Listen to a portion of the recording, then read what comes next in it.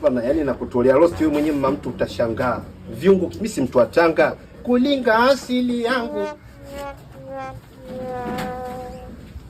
Ilani vipi tena nakuona una mavyombo? Kwani unapikaga muda gani mwenzetu?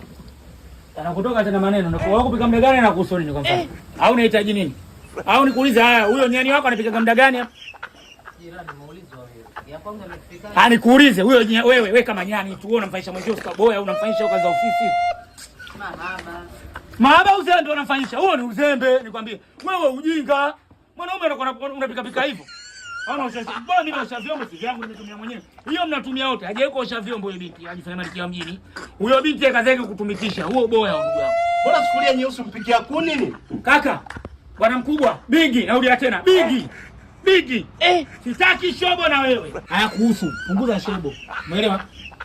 Haya mambo fanya na mjinga wako. Mimi hayakuhusu ani na ngumi na kunarudia tena. Blaza na kuheshimu. Unaelewa vizuri? Niangalie, usiningatie ulimi kwa na kuandika muandike mtu talaka, narudia tena. Na wewe mwenzio alova gauni lo juba yake kama jini mpya huko. Mwanamke asiopika sofanya kitu chochote kama jini kiwete huko ndani, wewe ndio unafanyishwa mikazi kama nili mtu kutoka Mbeya au Shinyanga huko.